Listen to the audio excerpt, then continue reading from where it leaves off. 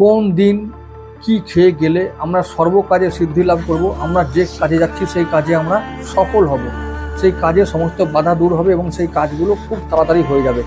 এই রকম হওয়ার জন্য, অর্থাৎ আমরা সর্বকাজে সিদ্ধি লাভ করার জন্য যে যে কর্মে বেরোচ্ছি সেই কর্মে আমরা সফল হওয়ার জন্য আমি আজকে বলবো যে বার অনুযায়ী আমরা কিছু খাদ্যদ্রব্য আমরা মুখে দেব বেরোবার আগে, মানে কাজে বেরোবার আগে আমরা সেই খাদ্যদ্রব্য মুখে দিয়ে যাব একটুখানি অল্প করে। সেই কোন দিন কি খাবো সেটা আমি বলে রাখছি।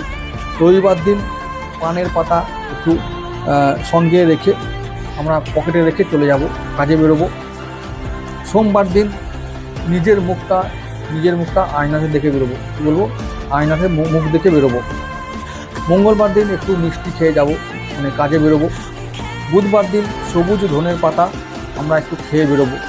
বৃহস্পতিবার দিন কিছু সর্ষের দানা আমরা মুখে দিয়ে বেরোবো। শুক্রবার দিন একটু দই আমরা খেয়ে বেরোবো।